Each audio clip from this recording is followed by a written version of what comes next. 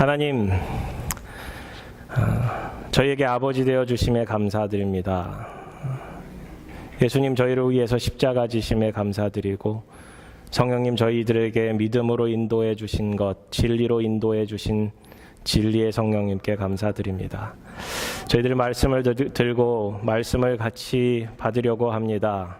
저희 삶을 돌아보고 거룩한 산제사로 드릴 수 있는 귀한 시간 될 수 있도록 역사하여 주시옵소서.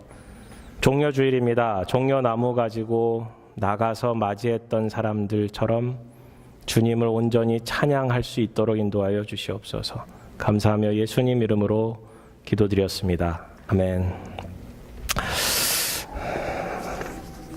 우리 아이가 왔네요. 예배 같이 드리려고. 네.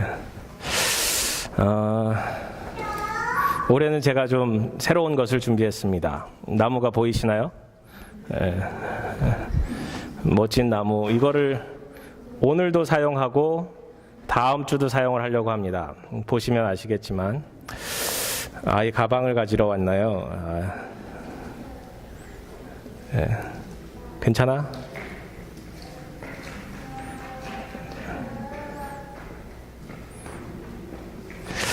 네. 올해는 여기까지만 제가 준비를 했고요. 내년에는 연극을 좀 해보려고 합니다. 연극 대본을 쓰고 사실은 오늘은 1인극을 좀 해보려고 했는데 제가 연기력이 좀 딸려서. 연극 전공하신 분 계세요 혹시? 좀 배울 수 있으면 좋겠습니다. 연극을 중고등학교 때 골잘 했던 것 같은데 이제 하려고 하니까 어렵습니다. 대본을 써놔서 이 대본을 좀 읽어드리려고 합니다. 이야기를 써놓았습니다. 저는 갈릴리에서 태어났습니다. 갈릴리에서 자라났습니다. 제 아버지도 목수셨고 저도 목수였어요. 저희 동네에 나무를 아주 잘 다루시던 목수분 한 분이 계셨습니다. 그분 아버지도 목수셨고 그 아들도 목수셨어요. 나무를 벗삼아 나무를 가지고 밥 먹고 사는 직업이에요. 나무와 늘 함께 하셨죠. 저도 목수 일을 하면서 참 좋았어요. 이 나무와 뗄래야 뗄 수 없는 일상생활 가운데 이 나무를 가지고 오는 사람들, 그리고 의자를 가지고 오는 사람들 제가 고쳐주어서 그들이 행복하게 돌아가는 것을 참 기쁘게 여겼어요. 거친 나무가 부드러운 나무로 바뀌는 것을 보면서 커다란 목재가 아름다운 가구로, 아름다운 집으로, 아름다운 배로 바뀌는 것을 보면 정말 기뻤어요. 제가 알던 우리 동네 목수님, 그분은 남달랐어요. 나무를 잘 다루기도 하셨지만 그분에게서는 다른 사람에게서 느낄 수 없는 평안과 기쁨과 감사가 있었어요. 우리 집이 예루살렘으로 이사하게 되면서 저는 그분을 더 이상 만날 수가 없었어요. 그분과 함께 일하면 참 좋겠다 생각을 했었는데 시간이 지나면서 바쁘게 살다 보니 그분과의 만남을 기억하지 못한 채 이리저리 시달려 바쁘게 살아왔어요. 저는 닥치는 대로 일을 했어요. 돈을 벌어야만 했어요. 예루살렘에서의 삶은 그리 녹록지만은 않았어요. 제 마음이 너무 답답했어요. 다시 갈릴리로 돌아가고 싶은 마음뿐이었어요. 저희 동네에서 함께 일하시던 그 목수분과 함께 일하기를 고대했었어요. 제가 나무를 가지고 이것저것 만들 때 특별히 성전에서 요청이 들어오면 참 좋았어요. 어려운 일이지만 두려운 마음 가지고 하나님을 위해서 한다는 일이 참 좋았어요. 가끔 로마 군인들이 저에게 와서 2개의 나무를 해달라고 그래요. 그 일은 참 어려웠어요. 그분들이 요청하는 바도 많았어요. 대부분 나무를 편안하게 부드럽게 만드는 일이 제 일인데 거칠게 만들어 달라 했어요. 가시나무를 찾기도 했고 그들이 가져가던 그 나무를 어떻게 사용하는지는 나중에 알았어요. 그 나무를 가지고 예루살렘 성 밖에 골고다로 가지고 갔어요. 그곳에 중범죄를 저지른 사람들이 매달려 죽는 것이었어요. 제가 만들던 나무 2토막은 십자가였어요. 토라의 말씀에 나무에 달린 자마다 하나님께 저주받는다라고 얘기하셨는데 저는 제가 만들던 나무가 저주를 주는 나무인지 몰랐어요. 그래서 그 일이 너무 힘들었어요. 하루는 그런 이야기를 들었어요. 사람이 죽었다 살아났다는 거예요. 우리 옆 동네 베다니에서 사람이 무덤에서 걸어왔다는 거예요. 그런 얘기도 들었어요. 물고기 2마리, 보리떡 5개가 엄청나게 많은 사람들을 먹였다. 그렇게 만든 사람이 물 위를 걸어 다녔다. 바다와 파도가 잠잠하게 되었다. 모든 병자들과 귀신들이 그분을 통해서 낫게 되었다. 사람들은 이야기 시작했어요. 침례 요한처럼 많은 사람들이 따라다니기 시작했어요. 사람들은 이야기했어요. 그 사람이 우리가 기다리던 메시아가 아닐까. 다시 다윗의 때처럼 우리를 영화롭게, 우리를 다시 잘 살게 만들 수 있는, 이 로마의 압제에서 우리를 구원해 줄 수 있는 진정한 메시아가 아닐까 생각해 보았어요. 그런데 그분이 우리 동네에 오신대요. 예루살렘에 오신다는 말을 듣고 나가봤어요. 정말 많은 사람들이 모였어요. 많은 사람들이 예수님이 왕으로 영접하는 분위기였어요. 호산나라고 외치고요. 다윗의 자손이라고 주를 찬양합니다. 주의 이름으로 오시는 이여 우리를 지금 구원하소서 외치고 있었어요. 저도 함께 외쳤어요. 저도 나가서 종려나무 가지 하나를 뽑아다 들고 외치며 호산나 외쳤어요. 멀찍이 그분이 걸어 들어와요. 그분의 얼굴을 보았어요. 그분의 얼굴은 제가 아는 분이셨어요. 갈릴리에서 제가 그토록 그리워하던 그분의 얼굴이 거기 있었어요. 그분은 어린 나귀를 탔어요. 제 꿈에 그리던 그분의 온화한 미소, 평안, 그 기쁨이 너무 좋았어요. 너무 좋았어요. 그런데 얼마 뒤 그분이 제가 만든 십자가에 달리셨다는 말을 들었어요. 도저히 이해할 수 없었어요. 왜 수많은 사람들이 호산나라고 환호했는지, 제가 알던 그분이 맞는지, 본의 아니게 제가 만든 십자가에 그분이 달리신 것이 너무 죄송했어요. 누군가는 십자가를 만들었겠죠. 2000년 전에 예수님께서 달리시던 그 나무는 누군가의 카펜터의 손에서 나무가 만들어졌겠죠. 용혜원 시인이라고 목사님이시기도 한데 시를 만드시는 분이 계세요. 그분이 십자가를 만든 목수라는 시도 쓰셨더라고요. 용서하소서, 용서하소서. 나는 주님이 지신 십자가를 만든 목수입니다. 그동안도 나는 내가 만든 십자가에서 사람들이 죽어가는 것을 슬퍼했습니다. 그들이 아무리 죄인이라 해도 처참하게 십자가에 매달려 죽어가는 모습을 바라보며 괴로워했습니다. 용서하소서, 용서하소서. 나의 주님이 지신 십자가를 만든 목수입니다. 이번에도 나는 죄인들이 달릴 십자가를 만드는 줄 알았습니다. 용서하소서, 용서하소서. 내가 만든 십자가에 주님이 달리시다니요. 주님은 목수, 유명한 목수. 주님이 만드신 멍에는 가볍다고 소문이 났는데 나는 주님이 지고 가신 십자가, 나는 주님이 달리신 십자가를 만들었습니다. 용서하소서, 용서하소서. 내가 만든 십자가에 주님이 달리시다니요. 용혜원 시인이 글쓸처럼 제가 만든 스토리처럼 누군가는 이 십자가를 만들어야만 했습니다. 누군가 만든 십자가에 예수님께서 매달려 돌아가셨습니다. 예수님은 돌아가시기 며칠 전만 해도 그 당시 종려주일에 사람들은 종려나뭇가지를 가지고 나와서 예수님을 환호했습니다. 왕이라 불렀습니다. 구원자라 불렀습니다. 다윗의 자손이라 불렀습니다. 하나님께 영광을 돌려드렸습니다. 오늘 본문을 통해서 요한은 우리에게 알려주고 있습니다. 이 사람들이 왜 이렇게 환호하고 있는지를. 다른 복음서에서는 이거를 영광의 입성의 장면으로만 그리고 있습니다. 근데 요한은 나중에 복음서를 쓰면서 처음에 썼던 복음서를 읽어가면서 아마 그런 생각을 했을 거예요. 여기에 뒷모습이 있는데 이 영광스러운 입성의 모습 뒤에 가려진 모습이 있는데 오늘 그것을 통해서 주님이 주시는 메시지를 잘 묵상했으면 좋겠습니다. 앞서 말씀드렸듯이 예수님은 목수셨어요. 그 아버님 요셉도 목수셨고 예수님도 목수셨어요. 마태복음 13장 55절에 보시면 이는 그 목수의 아들이 아니냐라고 이야기해요. 그 아버지 요셉이 목수였음을 알려줍니다.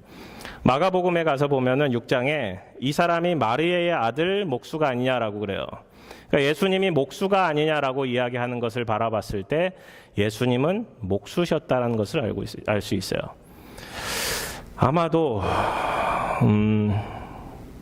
성인이 되시고 나서 그 아버님으로부터 교육을 받으셨겠죠. 목수 교육을 받으셨을 거예요. 나무를 다루는 법, 장식하는 법, 나무를 끊어내는 법. 저는 목수 일을 잘 해보지 않아서 가끔 조립 가구를 만드는 게 전부입니다. 그죠? 근데 예수님께서는 그 나무를 잘 다루셨을 거예요. 그 목수이신 예수님을 좀 만나보기를 원합니다. 성경에 잘 나타나지 않지만 좀 성경에 이제 본문에 나타난 글들에 가려진 그 between the line을 잘 읽어야 돼요. 글과 글 사이에 있는 여백을 잘 읽어내야 합니다. 예수님 목수셨다라고 얘기해요. 나무로 만든 물품, 가구, 배, 집, 망가진 가구들이 가져오면 고쳐주시고 하시는 일들을 하셨겠죠. 가만히 생각해보면 예수님의 삶은 나무로 채워진 일생이었을 것입니다. 공생애를 시작하기 전에는 나무를 가지고 만드셨을 것이고 배도 만드셨을 것이고 의자도 만드셨을 것이고 필요한 가구들을 만드셨겠죠. 그릇도 만드셨을 거고 그 나무들을 만지시며 무슨 생각을 하셨을까요? 예수님은 요한복음에 보면 때에 대한 얘기를 많이 하세요. 그 카이로스의 때가 아직 이르지 않았다. 대표적으로 이제 물을 포도주로 바꾼 사건, 어머니 제 때가 아직 이르지 않았습니다. 그 때를 생각하시면서 그 모든 공생애를 이어가시는 거예요. 그 때는 뭐예요? 십자가예요. 예수님이 바라보시는 목적지는 십자가를 향해서 나아가시는 거예요. 특별히 오늘 예루살렘에 왜 올라오고 계세요? 이게 6월절을 향해 올라가는 이스라엘 백성들의 행렬들이었어요.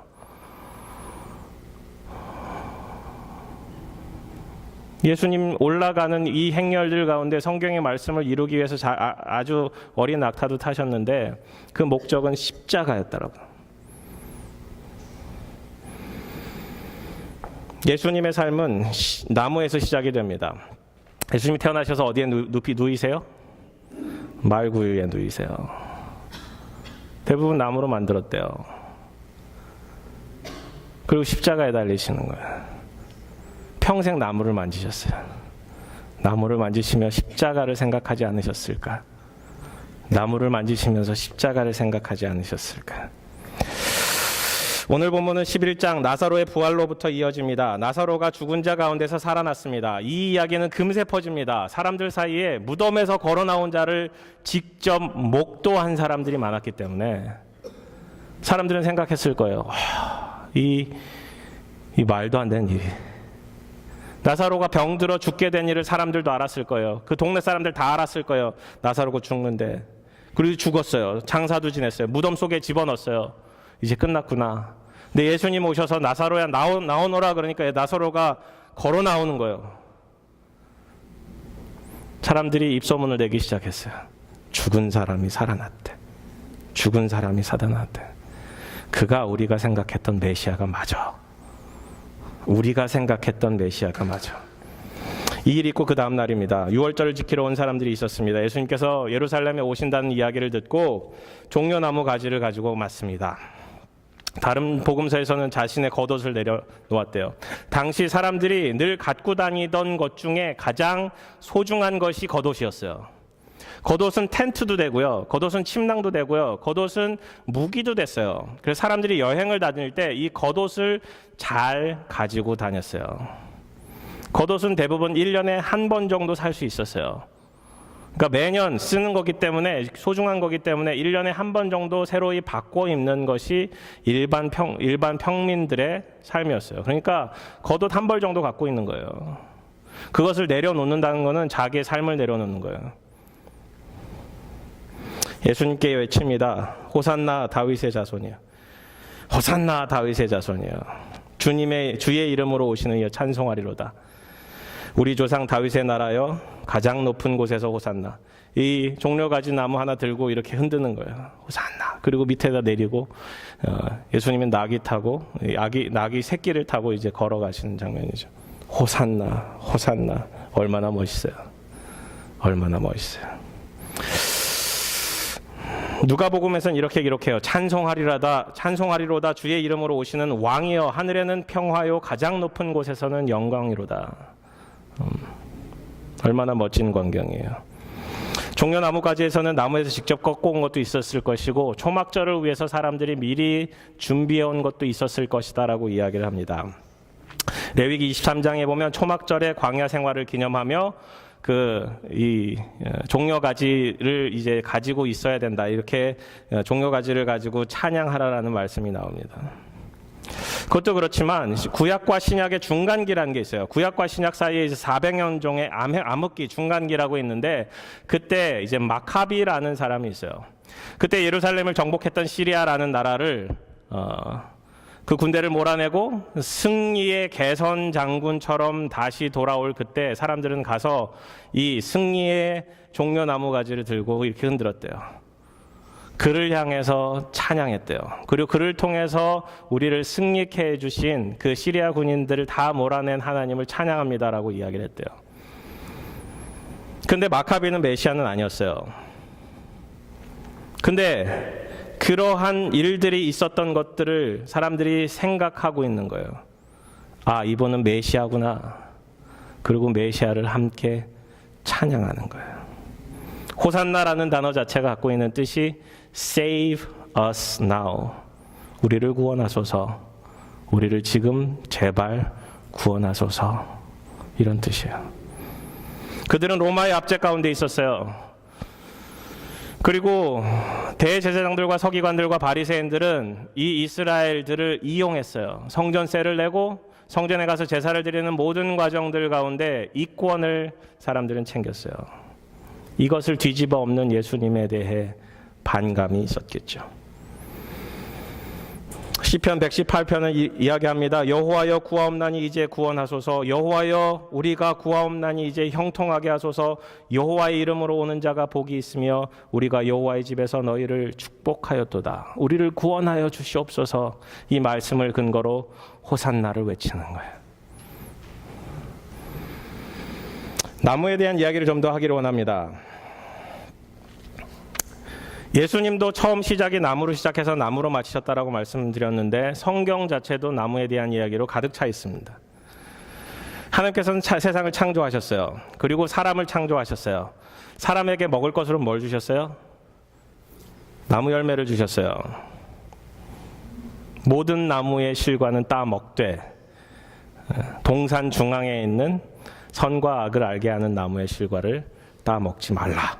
먹는 날에는 반드시 정령 죽으리라 그랬죠. 나무로 시작이 되는 거예요. 죄도 나무로부터 시작이 됐어요. 그 하나님께서 금지하신 그 나무의 열매를 보암직도 하고 먹음직도 하고 지혜롭게 할 만큼 탐스러워서 따먹죠. 그리고 나서 성경의 스토리가 이어지는데 구원에 대한 스토리가 이어질 때마다 나무가 등장합니다. 노아의 방주 사건, 노아의 방주를 나무로 만들라라고 얘기를 해요. 아브라함을 부르실 때도 아브라함이 비로소 하나님의 이름을 부르기 시작했을 때 나무를 심고 예배를 드리고 나무를 통해서 예배를 드려요. 그의 아들 이삭을 바치라 했을 때도 이삭에게 나무 보찜을 지게 해요. 그리고 그를 번제로 드리려고 나아가요. 근데 양이 한 마리 걸리죠. 그것이 사실 포레스트라고 이어지는 나무에 걸려요. 수풀에 걸리는데 그것도 나무랑 연결이 돼요.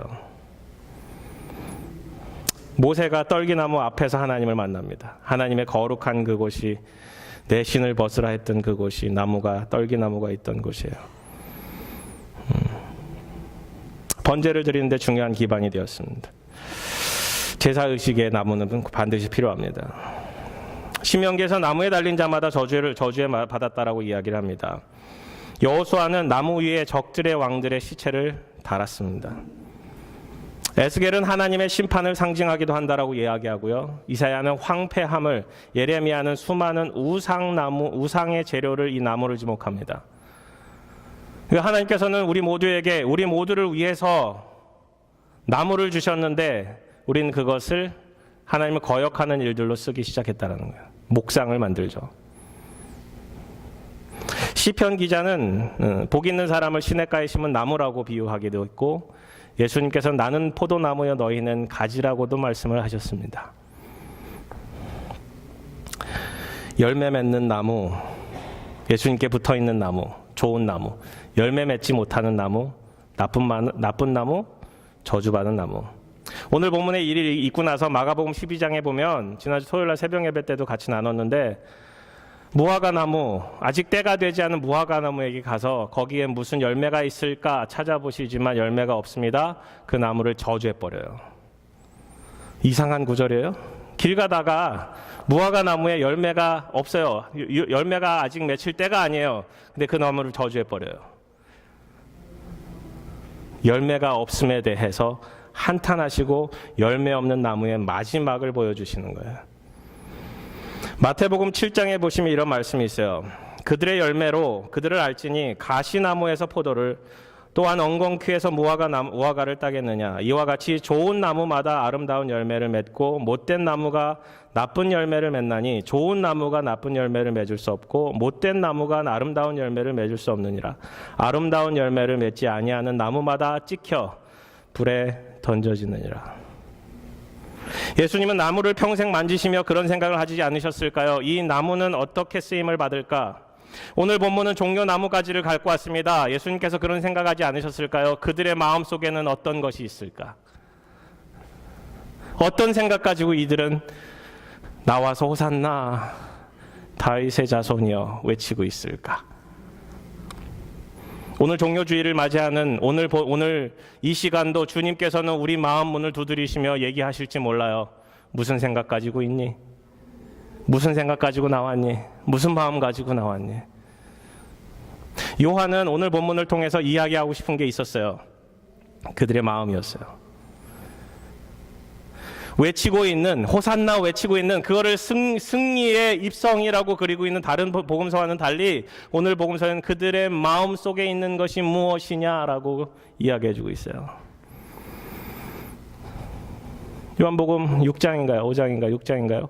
그 5,000명을 먹이신 보리떡 5개와 물고기 2마리로 5,000명을 먹이신 기적, 그것을 써내려가면서 요한은 그렇게 얘기해요. 그 사람들이 예수님을 쫓아온 것은, 따라온 것은 떡 먹고 배부른 까닭이라. 다른 복음서는 안 써요. 여기서만 써요. 오늘 본문도 사람들이 왜 따라왔느냐, 여기 왜 왔느냐, 오늘 본문을 통해서 이야기해주고 있어요. 표적 행하심을 들었습니다. 표적 보고 따라온 거예요. 예수님이 죽은 자를 살리셨대. 위대하지 않아? 대단하지 않아? 그 대단한 일이 나에게도 좀 일어났으면 좋겠어. 우리에게도 좀 일어났으면 좋겠어. 당신이 우리 메시아로 하겠습니다. 왕으로 하겠습니다. 우리를 구원하소서 외치는 거예요.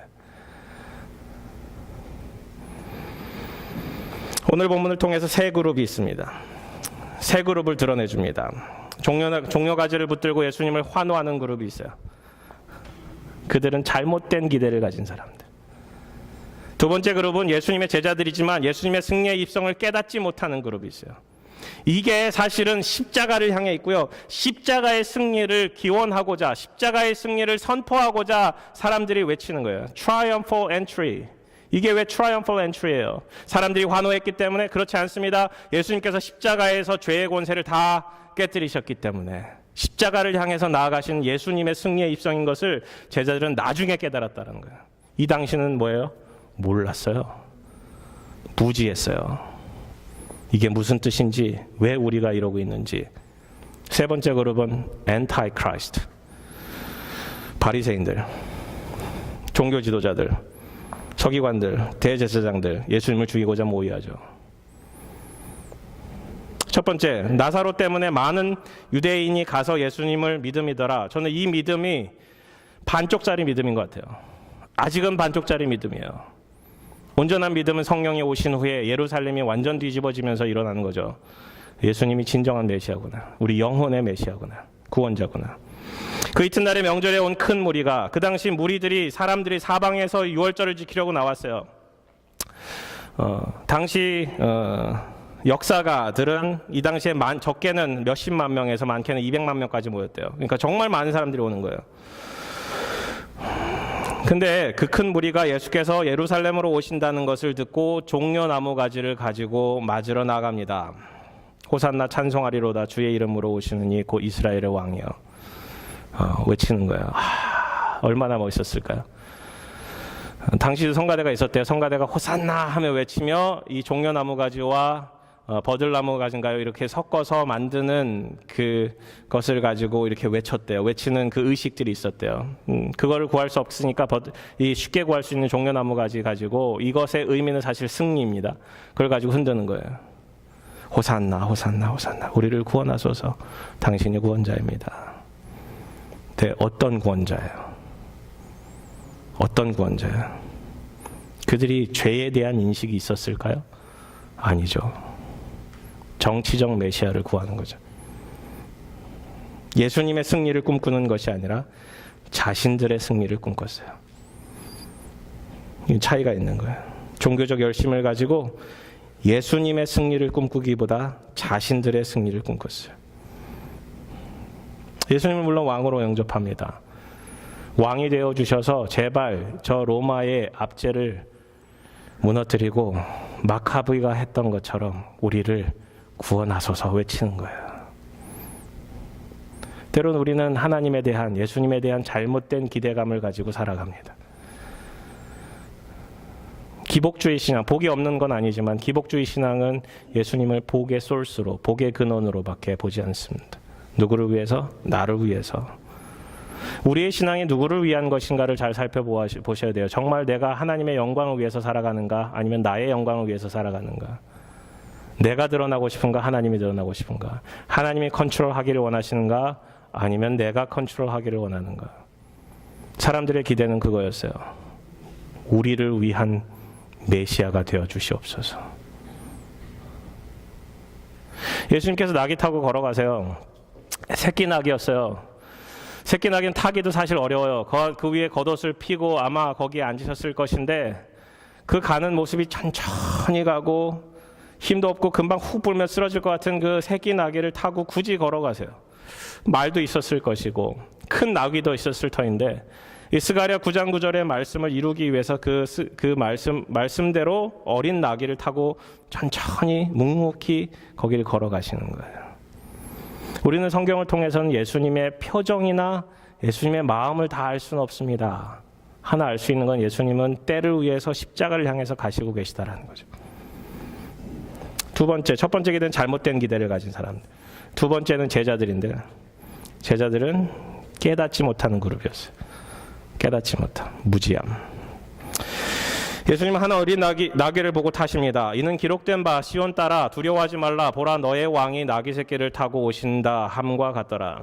제자들은 처음에 이 일을 깨닫지 못하였다가 예수께서 영광을 얻으신 후에야 이것이 예수께 대하여 기록된 것임과 사람들이 예수께 이같이 한 것임이 생각났더라 라고 쓰고 있어요. 제자들은 예수님의 입성의 뜻을 제대로 알지 못했습니다. 이게 왜 새끼 나귀를 타셨고 왜 사람들은 예수님을 그렇게 승리의 환호를 받고 올라가셨을까? 그 올라가서 하신 일은 성전 뒤집어 엎는 일이셨어요. 율법의 모든 요구를 이루시기 위해 하나님의 죄에 대한 진노를 몸소 다 담당하시기 위해 묵묵히 그 길을 가신 거예요.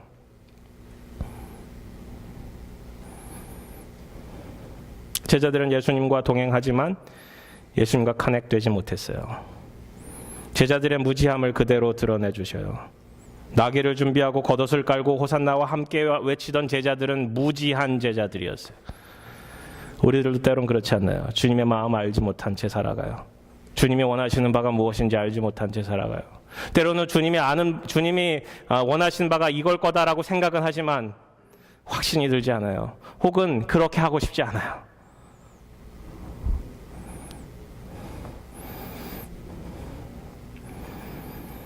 예수님은 이들을 향해, 군중들을 향해, 제자들을 향해, 자신을 십자가를 못 박은 사람들을 향해 저들이 하는 일을 알지 못한다라고 얘기하셨어요. 여러분, 여러분의 마음을 아세요? 여러분의 죄된 생각이 여기 가득 차 있는지 아세요? 예수님이 하신 일과 군중의 기대와 제자들의 마음은 완전 달랐어요.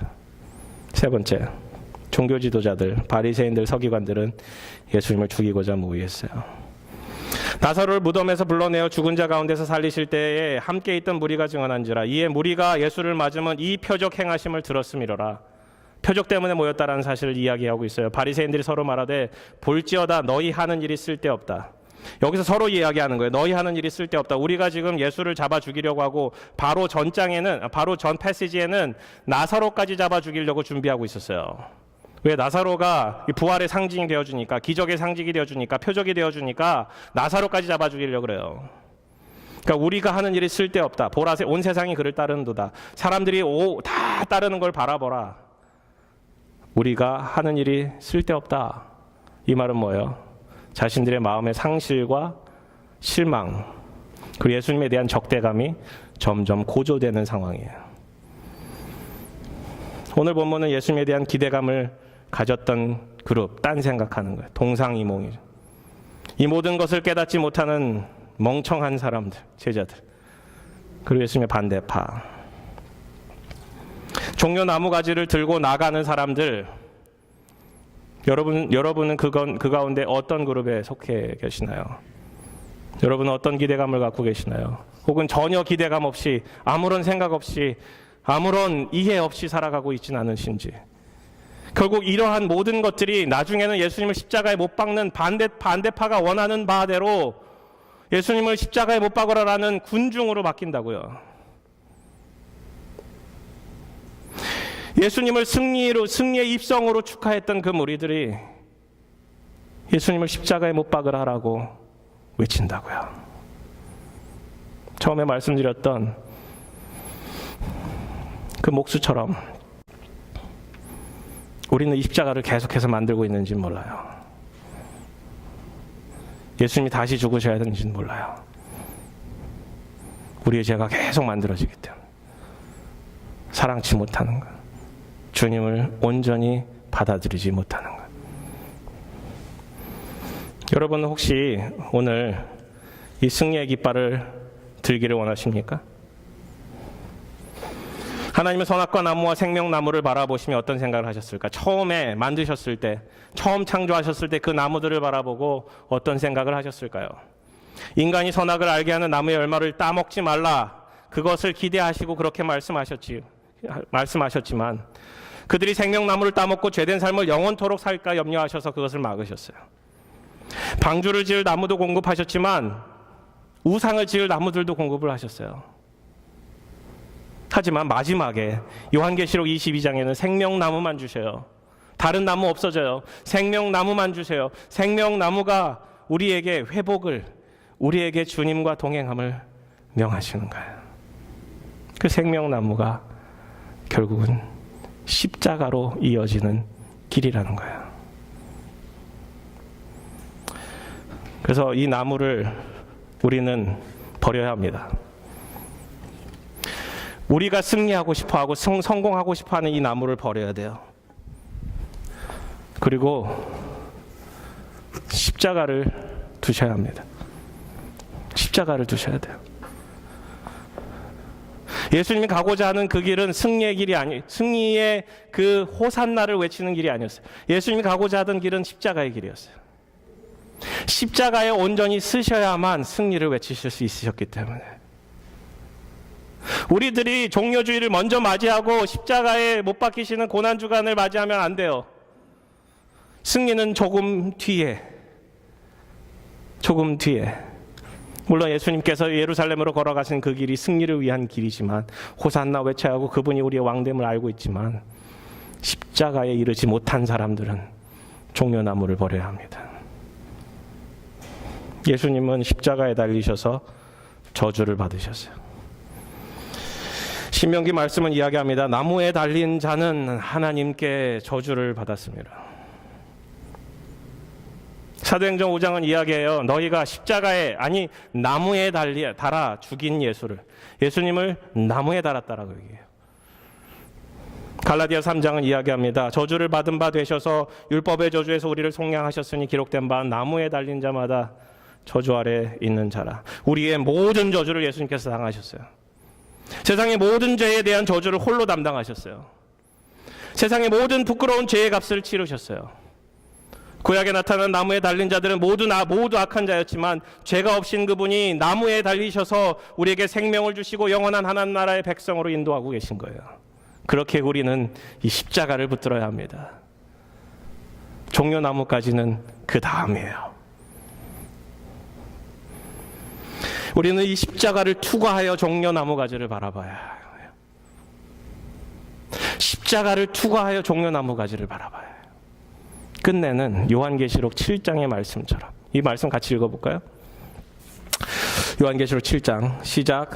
2일 후에 각 나라와 족속과 백성과 방언에서 아무도 능히 셀 수 없는 큰 무리가 나와 흰옷을 입고 손에 종려가지를 들고 보좌 앞과 어린 양 앞에 서서 큰 소리로 외쳐 이르되 구원하심이 보좌에 앉으신 우리 하나님과 어린 양에게 있도다 하니, 그들이 우리가 종려가지를 들고 보좌 앞에 서서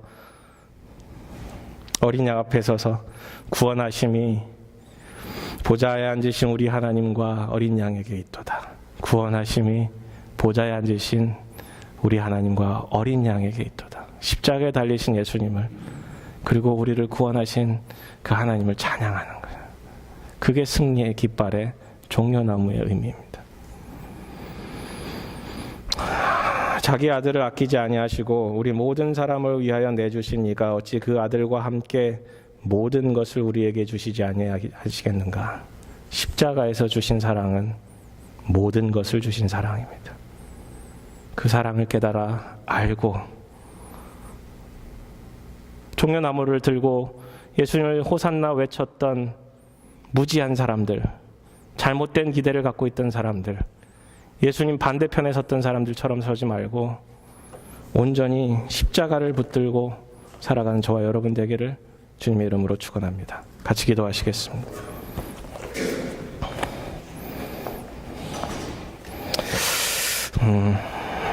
사랑이 충만한 하나님 아버지, 우리에게 주신 사랑은 십자가를 통한 모든 것을 주신 사랑이셨습니다. 그 사랑이 있기에 우리가 살아갈 수 있습니다.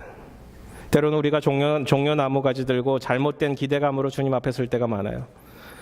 호산나 외치면서 그 잘못된 기대감이 채워지기를 바라보고 실망으로 바뀌면 주님을 원망할 때가 많아요. 아니, 때로는 제자들처럼 아무 생각 없이 살아갈 때도 많아요. 그 의미가 도대체 뭔지 알지 못한 채 그냥 하고 있을 때도 많아요. 우리는 알지 못한 채 그것이 하나님을 위한 일인 것처럼 하고 있지만 예수님을 십자가에 못 박는 바리새인들의 삶처럼 살아가고 있는지도 모릅니다. 주님, 저희가 십자가를 붙들도록 인도하여 주시옵소서.